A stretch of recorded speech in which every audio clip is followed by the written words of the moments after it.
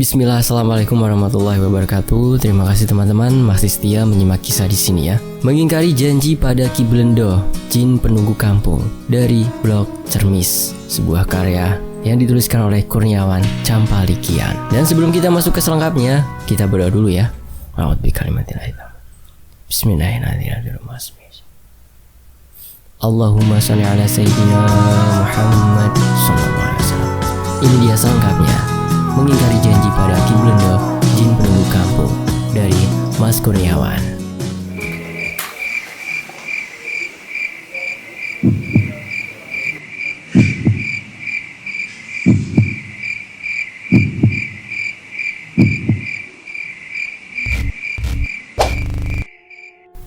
Aroma anyir itu semakin menusuk hidung, tapi Anas tidak mempedulikan aroma itu. Dia terus melangkah, menembus gelapnya malam. Di kanan dan kirinya, pohon-pohon besar menutupi cahaya rembulan. Sesaat kemudian, aroma anyir itu seperti berpadu dengan wangi kemenyan. Sebenarnya, Anas merasa mual dengan perpaduan aroma itu, tapi dia harus melanjutkan perjalanannya menuju kampung di ujung hutan ini. Suara binatang malam dan desir angin menemani langkahnya. Derit batang bambu yang saling bergesek tertiup angin membuat bulu kuduknya merinding. Ditambah lagi dengan bau tanah basah akibat hujan tadi sore, membuatnya sedikit bergidik. Namun semua hal itu tidak menyurutkan langkahnya untuk tetap berjalan menuju kampung di depan sana. Dia harus bertemu dengan orang tua kandungnya. Sejak kecil, Anas tinggal bersama pasangan Pak Dalimin dan istrinya. Hingga usianya menginjak 25 tahun, dia tidak tahu bahwa Pak Dalimin dan istrinya bukan orang tua kandungnya. Pekan lalu, sebelum Pak Dalimin meninggal, dia menyampaikan pada Anas tentang rahasia yang selama ini ditutupi. Kata Pak Dalimin, dia sengaja tidak memberitahu Anas karena waktunya belum tepat. Apalagi dia pernah berjanji pada orang tua kandung Anas untuk menjaga Anas hingga akhir hayatnya. Dia hanya akan memberitahu yang sebenarnya setelah dia tak mampu merawat Anas. Menurut Pak Dalimin, Anas sengaja dititipkan padanya karena di kampung asalnya, di kaki salah satu gunung paling angker, nyawa Anas terancam karena ada hal gaib yang menjadi musuh ayah kandung Anas, Pak Basuki. Pak Basuki merupakan salah satu tokoh masyarakat di kampungnya. Dia kerap membantu orang yang kesusahan, bukan hanya materi. Dengan kemampuan supranaturalnya, dia juga kerap membantu warganya yang terkena guna-guna atau gangguan roh halus. Sebagai kampung yang cukup terpencil dan dekat dengan gunung angker, guna-guna dan gangguan roh halus sangat lazim di sana. Kebaikan Pak Basuki tersebut menjadi ancaman bagi seorang dukun jahat di sana. Beberapa kali Pak Basuki mementahkan guna-guna yang dikirimkan pada warga. Hingga suatu hari, Pak Basuki bertempur hebat dengan dukun itu. Mereka beradu ilmu. Saat itu Pak Basuki hampir saja kalah dan kehilangan nyawa karena si dukun meminta bantuan dari jin kafir yang merupakan pengawal kerajaan jin di gunung itu. Untung saja, sesosok jin kuat lainnya yang bernama Ki Blendo membantunya. Dulunya Ki Blendo adalah pengawal kepercayaan dan tangan kanan Raja Jin. Hanya saja, entah bagaimana kejadiannya, Ki Blendo yang tadinya merupakan jin kafir bertaubat. Tapi meski bertaubat, sesuai kodratnya sebagai jin, dia tetap saja memiliki sisi jahat dan meminta imbalan saat membantu Pak Basuki. Sebaik-baiknya jin adalah seburuk-buruknya manusia. Makanya jangan pernah percaya apa yang dikatakan oleh jin, termasuk jin yang merasuki manusia. Jangan percaya yang dikatakan, ucap Pak Dalimin pada Anas saat mengisahkan asal-usulnya. Pak Basuki menang dalam pertarungan itu. Dukun jahat tersebut tewas di dalam gubuknya dan ditemukan oleh warga sekira sebulan sesudahnya. Karena memang gubuk dukun itu jauh masuk ke dalam hutan, kemenangan itu bukan tanpa syarat. Pak Basuki yang waktu itu masih lajang menyetujui permintaan Ki Blendo. Dia berjanji nantinya setelah dia menikah dan dikaruniai anak laki-laki, maka anak itu harus dikorbankan untuk menjadi penunggu kampung. Kala itu dia tidak berpikir panjang. Yang ada dalam pikirannya hanya bagaimana bisa membantu warga dan dirinya tidak kalah oleh dukun jahat tersebut. Hanya setahun berselang, Basuki pun menikah. Basuki dikaruniai anak perempuan setahun setelahnya. Tapi saat istrinya akan melahirkan, Basuki membawanya ke rumah keluarganya di kota karena dia khawatir istrinya akan melahirkan anak laki-laki. Setelah istrinya melahirkan anak perempuan, Basuki membawanya kembali ke kampung. Demikian pula saat istrinya hamil anak kedua, Basuki kembali membawanya ke kota sebagai langkah antisipasi jika anaknya berjenis kelamin laki-laki. Dan yang dikhawatirkan pun terjadi. Istrinya melahirkan anak laki-laki, sehingga keduanya sepakat untuk menitipkan anak laki-lakinya itu, yakni Anas, pada kenalan baik mereka di kota, agar Anas tidak diambil oleh Ki Blendo yang tahu untuk dijadikan penunggu kampung. Sebenarnya Ki Blendo tahu bahwa Pak Basuki memiliki anak laki-laki, tapi dia tidak tinggal di kampung itu. Untuk menjadi penunggu kampung, anak itu harus meninggal di kampung tersebut. Tiba-tiba Anas melihat cahaya di kejauhan, seperti seseorang yang berjalan sambil membawa obor. Api dari obor itu meliuk-liuk, bagaikan menari mengikuti nada genit angin malam. Saat sosok itu semakin dekat, Anas dapat melihat bahwa pembawa obor itu adalah seorang nenek. Tubuhnya bungkuk, dengan rambut putih diurai menutup sebagian wajahnya. Jalannya tertatih dengan kaki telanjang. Nenek itu mengenakan kebaya berwarna hitam dan membawa tongkat berukir di tangan kirinya. "Nek, numpang tanya, apakah kampung Wingit masih jauh?" Anas bertanya pada nenek itu. Nenek itu berhenti, tapi dia hanya diam, tidak menjawab pertanyaan Anas, hingga Anas mengulang pertanyaannya dengan suara yang lebih lantang, karena dia mengira nenek itu tidak mendengar pertanyaannya. Perlahan, nenek itu mendongakkan wajahnya yang tertunduk, lalu menyibakkan rambut yang menutupi sebagian wajahnya. Tapi sebelum Anas sempat melihat wajah nenek itu dengan jelas, tiba-tiba suara burung hantu dari atas pohon mengagetkannya. Anas menoleh ke arah suara itu dan melihat seekor burung hantu menatap dirinya dengan mata besarnya. Anas kembali menoleh pada nenek bungkuk tadi. Sontak dia berteriak karena kaget. Wajah nenek berkebaya hitam itu sangat menakutkan. Mata nenek tersebut seperti mau copot. Bahkan mata kirinya sudah keluar, hanya menggantung pada semacam urat. Darah yang hampir kering masih ada di lubang matanya. Sementara bibir nenek itu robek hingga nyaris sampai di telinga kanan. Darahnya masih menetes ke tanah basah. Spontan, Anas berlari sekencang mungkin, menjauhi nenek-nenek aneh tersebut. Saat berada cukup jauh dari tempatnya bertemu dengan nenek itu, Anas menoleh ke belakang. Dia ingin memastikan bahwa nenek itu tidak mengejar atau mengikutinya. Tapi saat dia menoleh, nenek itu tidak ada di belakang, hanya gelap yang dilihatnya. Cahaya obor milik nenek itu lenyap, padahal jalanan itu lurus, tidak ada belokan, kecuali jika nenek tersebut berbelok masuk ke dalam hutan. Meski bulan sedikit tertutupi rindang di daunan, tapi Anas yakin dia pasti bisa melihat jika ada orang di jalan tersebut. Tapi nenek itu hilang. Nafas Anas tersengal-sengal. Dia beberapa kali terbatuk akibat lari tadi. Dia menyesal karena tadi siang sempat nongkrong di warung dekat terminal. Seandainya tadi dia langsung berangkat, mungkin dia masih mendapati mobil angkutan menuju kampung Winingit. Mobil itu hanya beroperasi hingga sekitar pukul 17. Jika di atas pukul 17 atau menjelang maghrib, pengemudi mobil itu tidak berani masuk ke kampung Winingit. Anas terus merutuki dirinya sendiri. Hanya karena menikmati es kelapa muda di terminal, dia terpaksa berjalan kaki malam ini. Sebetulnya bukan es kelapa muda yang menggodanya untuk mampir di warung tadi, tapi penjaga warung yang cantik yang membuatnya singgah. Dia kembali melangkah menyusuri jalanan itu. Rasa takutnya setelah melihat wajah nenek bungkuk tadi belum juga hilang. Tapi dia tidak tahu berapa lama lagi dia akan tiba di kampung halaman orang tua kandungnya. Bau anyir dan wangi dupa yang tadi merasuki indera penciumannya sudah lenyap. Tinggal aroma tanah yang basah dan pepohonan yang mengiringi jejaknya. Setapak demi setapak, Anas melangkahkan kakinya. Dia mulai lelah, sementara jalanan di depan masih cukup panjang. Anas berharap dia bisa bertemu dengan pengendara sepeda motor atau mobil, yang searah dengannya, agar dia bisa menumpang hingga ke tempat yang ditujunya. Tapi, dia merasa itu seperti mengharapkan cinta dari Laura, cewek yang sudah 7 kali menolaknya.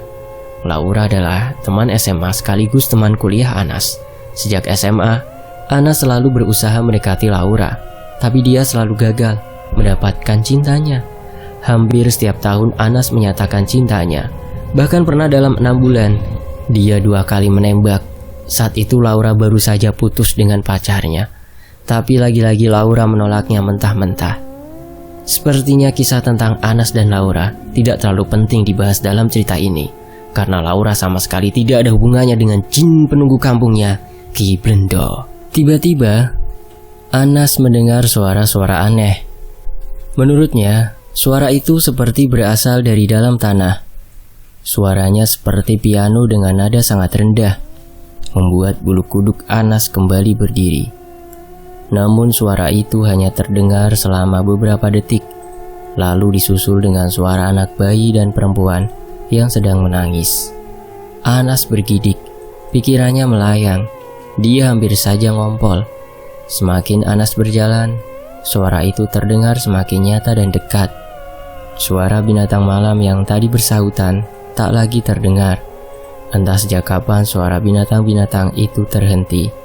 Tepat di pembelokan jalan, di sudut sebelah kanan, Anas melihat seorang perempuan bergaun merah. Dia duduk di sudut jalan sambil menggendong bayi. Sepertinya perempuan itu sedang menyusui bayinya. Saat bayi itu melepaskan hisapannya, keduanya menangis. Anas tidak berani menoleh ke arah mereka. Dia sangat yakin bahwa keduanya adalah hantu, seperti nenek bungkuk yang ditemuinya beberapa menit lalu. Dia melangkah semakin cepat, seperti setengah berlari. Anas berharap dia bisa secepatnya meninggalkan perempuan dan anak bayi itu sebelum ompolnya benar-benar keluar. Tapi perempuan itu memanggilnya. Dia meminta tolong pada Anas. Tangannya melambai, memberi isyarat pada Anas untuk datang dan mendekatinya. Anas mulai ragu. Dia mulai tidak yakin bahwa perempuan dan anak bayi itu adalah hantu. Naluri kemanusiaannya muncul. Anas merasa kasihan melihat keduanya dan mendatangi perempuan itu. Wajah perempuan tersebut cukup cantik, bahkan sedikit lebih cantik jika dibandingkan dengan Laura. Hidungnya mancung, alisnya tidak terlalu tebal, bibirnya tipis dengan dagu sedikit terbelah. "Mas, tolong saya. Anak saya kehausan, tapi dia tidak mau minum air susu saya," ucap perempuan itu lirih. Anas menjawab sekaligus bertanya, kenapa anak itu tidak mau minum air susu? Dia juga menanyakan tujuan perempuan itu dan kenapa mereka berada di tempat tersebut. Anas berharap dia bisa berjalan bersama mereka menuju kampung Winingit. Perempuan itu berdiri sambil tetap menggendong bayinya. Kata dia, bayi itu tidak suka susu, tetapi darah. Dia menunjukkan wajah bayi yang digendongnya sambil membuka bagian depan bajunya. Payudara perempuan itu keluar sangat panjang hingga menyentuh tanah, sementara wajah bayi itu sangat aneh. Bibirnya tidak horizontal, tapi vertikal. Saat dia menangis, 2 taring tajam muncul dari bibirnya. Anas spontan berteriak, lalu berlari sekencang mungkin, diiringi suara tawa melengking dari hantu perempuan tersebut. Kali ini, celana Anas benar-benar basah. Dia ngompol sambil berlari, tapi Anas tidak peduli dengan ompolnya. Dia terus berlari, meski nafasnya terengah-engah dan tenggorokannya kering. Anas memperlambat larinya. Saat melihat beberapa rumah di kejauhan, lampu temaram di depan rumah-rumah tersebut membuatnya sedikit lega. Dia terus melangkah sampai di persimpangan jalan. Jalanan ke kanan tampak gelap, seperti jalanan yang dilaluinya selama hampir 1 jam tadi. Sementara jalanan yang lurus menuju rumah-rumah penduduk. Sepertinya aku sudah hampir sampai, ucapnya dalam hati sambil terus melangkah. Hanya beberapa menit kemudian, Anas tiba di depan rumah pertama. Dinding rumah itu berwarna hijau lumut dengan pencahayaan yang temaram pada terasnya. Suara anak kecil bermain-main di dalam terdengar dari luar. Anas melanjutkan langkahnya. Dia berharap ada seseorang yang ditemuinya di kampung itu. Anas menoleh ke kiri dan ke kanan. Sampai akhirnya dia menemukan seseorang pria paruh baya sedang duduk-duduk di teras rumahnya. Anas menyapa pria itu, lalu masuk ke pekarangan. Pria itu sedang menikmati secangkir kopi. Di sampingnya ada radio. Suara kidung lingser wangi dari radio itu sempat membuatnya bergidik. Tapi Anas mengabaikan perasaan itu. "Pak, numpang tanya. Saya mau mencari rumahnya Pak Basuki. Saya anaknya Pak Basuki. Apakah rumahnya masih jauh?" Anas bertanya. Pria parubaya itu menatapnya, mulai dari ujung rambut hingga ujung kaki. Kemudian dia mempersilahkan Anas untuk duduk di sampingnya. Pria itu lalu memanggil istrinya dan menyuruhnya membuat segelas kopi. "Kalau rumahnya Pak Basuki masih jauh, kalau kamu melanjutkan perjalanan, mungkin setelah tengah malam baru kamu tiba," jelasnya sambil menyeruput kopi di hadapannya. Pria parubaya itu menyarankan agar Anas melanjutkan perjalanannya pada keesokan harinya. Tapi dia tidak menjelaskan alasannya. "Malam ini, kamu istirahat di sini saja. Bapak lihat kamu sudah lelah. Ada kamar kosong di dalam. Dulu kamar itu ditempati oleh anak bapak, tapi sekarang dia kerja di kota." Pria itu melanjutkan. Dan tidak lama kemudian istri dari pria itu keluar sambil membawa secangkir kopi dan sepiring pisang goreng yang masih hangat. Dia mempersilahkan Anas untuk menikmati suguhannya. Anas dan pria itu akhirnya terlibat dalam obrolan, mulai dari jalanan menuju desa yang belum ada penerangan, hingga beberapa kisah mistis yang ada di kampung itu. Pria tua itu mengaku sebagai sahabat ayahnya, Pak Basuki. Keduanya, kata dia, beberapa kali membantu warga yang kena guna-guna maupun gangguan makhluk halus. Anas pun menceritakan apa yang pernah dikisahkan oleh Pak Dalimin, orang tua angkatnya, tentang perjanjian antara bapak kandungnya, Pak Basuki, dengan jin penunggu kampung, Ki Blendo. Pria parubaya itu mendengarkan dengan seksama. Dia tidak mengomentari atau memotong cerita Anas. Sesekali dahinya mengernyit, tanda bahwa dia mendengarkan dengan serius.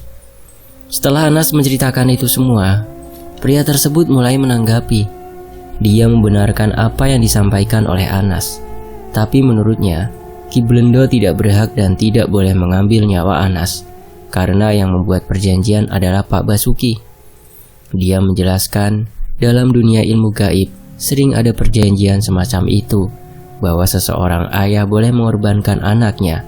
Padahal jika si anak tidak mau, maka jin yang telah dijanji tersebut tidak bisa mengambil nyawa anak itu. Setahu saya, bapak kamu itu tahu aturan itu. Biasanya kalau ada perjanjian begitu, orang yang berjanjilah yang akan menjadi tumbalnya. Tapi kalau orang itu tidak paham aturannya, barulah jin yang dijanjikan bisa mengambil nyawa anaknya. Dia menjelaskan. Malam semakin larut, kantuk mulai mendera Anas. Matanya terasa berat dan dia beberapa kali menguap. Tapi Anas enggan memotong cerita yang dikisahkan pria parubaya itu. Dia mendengarkan sambil menahan kantuk. Suara kentongan terdengar di kejauhan. Kata pria itu, kentongan itu hanya penanda bahwa waktu sudah menunjukkan pukul 23. Sebenarnya Anas masih ingin menanyakan beberapa hal pada pria itu. Tapi pria itu tampaknya kasihan melihat Anas yang mengantuk. Dia mempersilahkan Anas untuk masuk ke kamar dan beristirahat. Anas menuruti sarannya. Dia menuju kamar dan menyimpan raselnya, kemudian ke kamar mandi untuk membersihkan diri akibat ompolnya tadi. Anas baru sadar bahwa celananya yang tadi basah akibat ompol sudah mengering. Mungkin pria parubaya tadi mencium aroma pesing, tapi dia sungkan menegur Anas. "Kuntilanak sialan," gerutu Anas dalam hati saat dia membersihkan diri dan mengganti celananya di toilet. 10 menit kemudian, Anas sudah berbaring di dipan kayu dengan kasur kapuk di dalam kamarnya. Meski kamar itu terlihat jarang ditempati, tapi semua barang di dalam kamar itu tertata rapi. Di atas meja kayu di sudut kamar, ada beberapa buku yang disusun berjejer. Juga satu figura foto bergambar seorang gadis yang cukup manis. Anas merasa pernah mengenal gadis itu, tapi dia lupa di mana. Di samping figura, terdapat satu lampu belajar berwarna hijau. Lampu kamar tergantung di tengah-tengah dengan bola lampu 10 watt. Cahayanya cukup untuk menyinari seluruh sudut ruangan, meski agak temaram.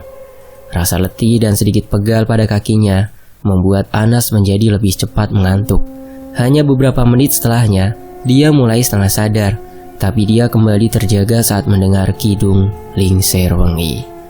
Bulu kuduknya kembali merinding. Dia mulai was-was, terlebih aroma wangi pun tercium di dalam kamar.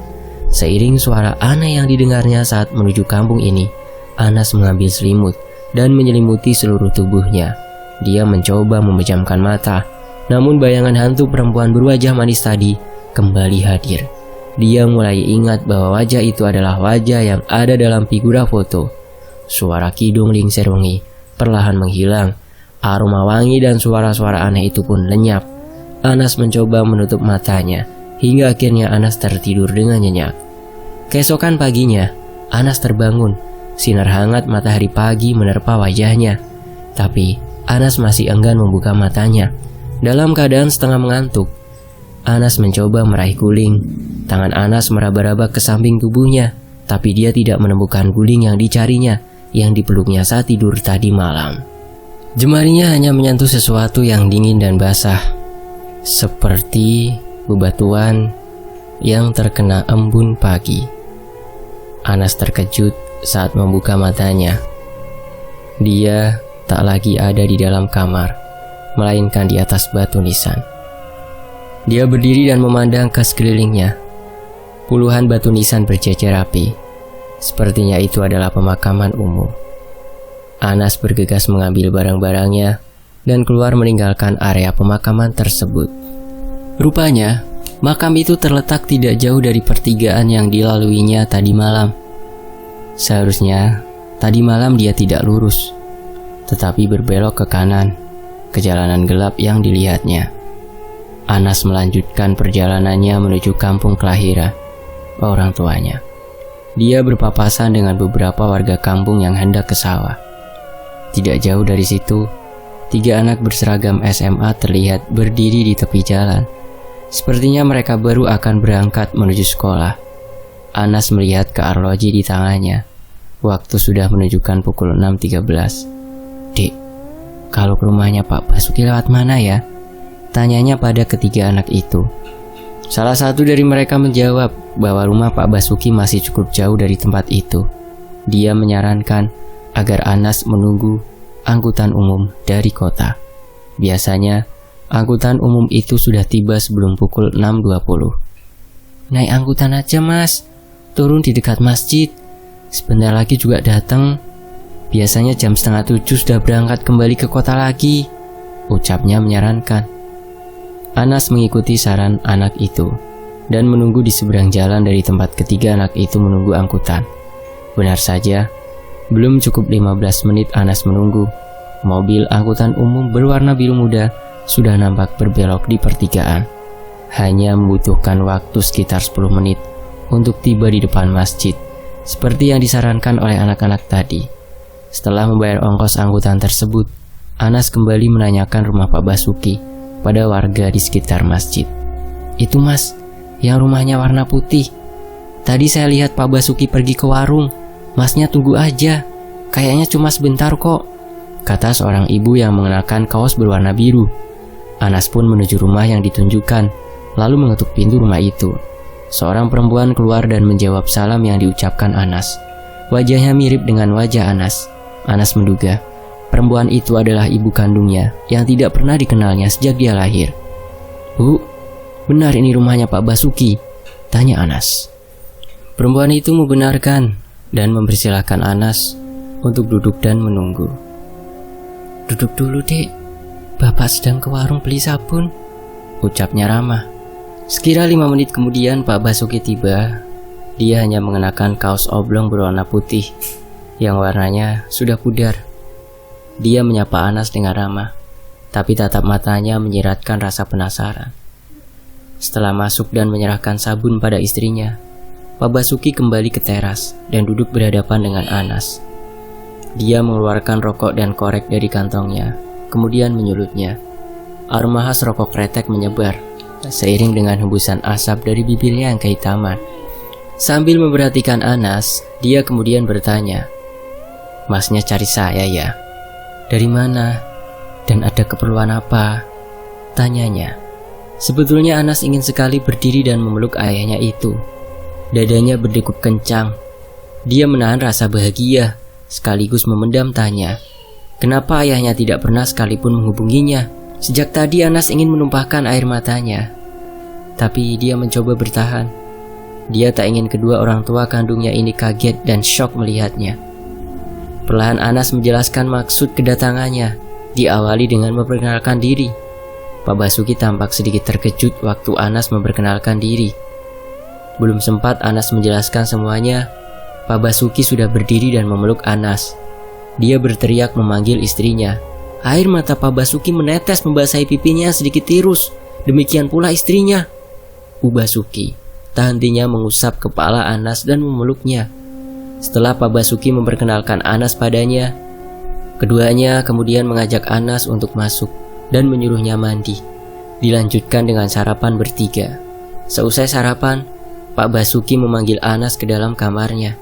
Kata Pak Basuki ada hal penting yang akan dibicarakan. Setelah berada di dalam kamar dan menutup pintunya, Pak Basuki membuka lemarinya dan mengambil sesuatu dari laci lemari di bagian bawah. Pak Basuki membuka bungkusan itu. Ternyata isinya adalah satu batu akik besar berwarna hijau. Pak Basuki menjelaskan bahwa batu akik itu diperolehnya dari Ki Blendo beberapa puluh tahun silam. Pak Basuki menceritakan tentang perjanjiannya dengan Ki Blendo pada saat itu. Kata dia, beberapa saat setelah Anas dilahirkan, Ki Blendo menagih janjinya. Tapi saat itu, Anas ada di kota. Padahal untuk menjadikan Anas sebagai anak buahnya di kampung itu, Anas harus tewas di kampung tersebut. Saat itu Ki Blendo murka dan berniat membunuh Pak Basuki. Hanya saja waktu itu Pak Basuki berkilah dan mengatakan, suatu saat Anas akan datang kembali ke kampung itu. Pak Basuki pun menyerahkan batu akik tersebut pada Anas dan menyuruh untuk menyimpannya. Kata dia suatu saat batu itu akan berguna untuk Anas. Dia lalu menjelaskan, sebenarnya upayanya mengungsikan Anas ke kota adalah strategi agar Anas tidak diambil oleh Ki Blendo. Sebetulnya perjanjian semacam itu tidak benar. Kalaupun harus ada yang jadi tumbal atas perjanjian dengan jin, maka yang menjadi tumbal adalah orang yang berjanji, bukan anaknya. Pak Basuki menjelaskan. Hanya saja, biasanya jin lebih memilih anak dari pembuat perjanjian, karena hal itu akan lebih menyakitkan untuk si ayah. Apalagi anak yang belum balik, membuat jin itu menjadi lebih kuat, dan si anak belum bisa melawan jika dibunuh. Saat anak yang akan dijadikan tumbal sudah dewasa, dia akan melawan. Setidaknya dia bisa protes karena bukan dia yang membuat perjanjian. Tapi jika itu terjadi, maka ayah si anak atau orang yang membuat perjanjian yang akan tewas dijadikan tumbal. Bapak sengaja menceritakan ini padamu karena Bapak yakin Ki Blendo akan mencarimu. Dia pasti sudah tahu bahwa kamu ada di wilayahnya. Kalau itu terjadi, sampaikan saja bahwa kamu tidak pernah membuat perjanjian. Tunjukkan batu itu padanya. Pak Basuki menjelaskan. Setelah memberi beberapa wejangan, Pak Basuki berpamitan. Dia mengaku akan ke sawah untuk membersihkan gulma yang tumbuh di sekitar padi. Beberapa saat setelah Pak Basuki meninggalkan rumah, tiba-tiba langit menjadi gelap. Matahari yang tadi bersinar cerah seolah hilang di balik awan kelabu. Angin pun bertiup cukup kencang. Suara burung-burung yang tadi bersautan tiba-tiba hilang. Demikian pula dengan kokok ayam. Suasana terasa mistis dan mencekam. Anas mengira hujan akan turun. Dia masih belum sensitif atas hal-hal yang berbau supranatural. Berbeda dengan ibunya, yang langsung merasa khawatir dan cemas akibat perubahan suasana yang tiba-tiba tersebut. Bapak kamu tadi kemana? Sepertinya Ki Blendo murka. Coba lihat di langit. Tiba-tiba awan hitam itu muncul dan burung-burung berhenti berkicau. Tanyanya khawatir. Tadi katanya mau bersihkan rumput di sawah, Bu. Emangnya kenapa? Anas balik bertanya. Ibunya mengernyitkan dahi, lalu mengatakan bahwa rumput-rumput di sawah sudah dibersihkan sejak 2 hari lalu. Waktu di kamar tadi bapakmu cerita apa? Bukan tentang Ki Blendo kan? Tanya ibu lagi. Anas menjawab bahwa yang dibicarakan di kamar memang tentang Ki Blendo dan cara agar nyawa Anas bisa selamat dari Ki Blendo. Tapi sebagai penggantinya, Ki Blendo akan mengambil nyawa Pak Basuki sebagai orang yang telah membuat perjanjian. Itu pun jika Ki Blendo sudah menemui Anas. Dan ibunya terlihat lemas saat mendengar jawaban Anas. Dia berucap setengah menggumam bahwa Pak Basuki pasti sedang menuju goa di tepi hutan untuk bersemedi dan menemui Ki Blendo. Bu Basuki masuk ke dalam kamar kemudian kembali keluar. Lalu dia mengajak Anas ke goa yang dimaksud. Kata ibunya mereka harus berusaha menghalangi Pak Basuki menemui Ki Blendo. Ibunya melangkah cepat, menyusuri pematang sawah dan jalanan menanjak menuju ke tepi hutan, tempat goa yang dimaksud. Tidak butuh waktu lama untuk tiba di lokasi yang tampak sunyi dan gelap itu. Dinding goa yang lembab dan cahaya yang temaram membuat suasana terasa angker. Ditambah lagi dengan aroma tanah bercampur lumut, membuat tempat itu semakin wingit. Dalam keremangan suasana goa, terlihat sosok seseorang yang sedang duduk bersila di atas batu yang ada di ujung goa itu. Anas dan ibunya tidak segera menegur sosok yang sedang duduk bersila itu. Keduanya ingin memastikan bahwa orang itu adalah Pak Basuki. Mereka berjalan pelan dan mengendap-endap, seperti khawatir jika sosok yang sedang bersila itu terganggu. Setelah dekat, mereka yakin bahwa sosok itu adalah Pak Basuki. Pak Basuki terlihat hikmat bersemedi, matanya terpejam, kedua tangannya ditangkupkan di depan dada, wajahnya tampak tenang. Anas tidak berani menegur atau menyentuh bapaknya, karena dia tidak tahu apa yang sedang dilakukan. Tapi, ibunya segera mengguncang bahu suaminya dan menyuruhnya untuk berhenti bersemedi. Guncangan yang dilakukan oleh Bu Basuki pada bahu suaminya tidak terlalu kuat, tapi Pak Basuki tampak lemas dan roboh ke atas batu. Bu Basuki terpekik. Dia sadar apa yang terjadi pada suaminya. Hal yang dikhawatirkannya sejak tadi sudah terjadi. Suaminya telah meninggal. Dia yakin itu perbuatan Ki Blendo akibat janji yang dibuat oleh suaminya. Keduanya lalu membawa pulang jenazah Pak Basuki untuk dimandikan dan dimakamkan di hari itu juga. Dan kisah ini selesai. Semoga teman-teman bisa mengambil hikmah dari kisah ini. Saya pamit. Wassalamualaikum warahmatullahi wabarakatuh. Alhamdulillahirrabbilalamin. Terima kasih teman-teman.